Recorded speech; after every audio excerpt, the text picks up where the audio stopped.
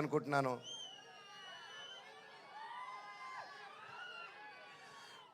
ఎన్నో ఈ మధ్యకాలంలో ఎన్నో జరిగాయి, ఎన్నో ఇబ్బందులు పడాను, ఎన్నో చూస్తున్నారు అందరూ.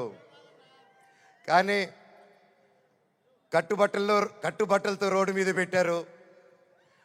నా పిల్లల బట్టలు, మా ఇంట్లో వాళ్ళ బట్టలు ప్రతి ఒక్కటి చిన్నప్పటి నుంచి పెట్టుకుంది ఏది లేకుండా రోడ్డు మీద పెట్టారు ఒక ఊరికి వెళ్ళి వచ్చేసరికి. అండ్ బయటికి ఎక్కడికైనా వెళ్ళేదానికి కార్లు కూడా లేవు, కార్లు తీసుకెళ్ళిపోయారు. కానీ అన్న నాకేమైంది తెలుసా అన్న, శివుడు ఏ రూపంలో వచ్చాడు తెలుసా అన్న, ఫ్యాన్స్ రూపంలో వచ్చారన్న. ఇంటి బయట 20 కార్లు పెట్టారన్న నాకు వచ్చి.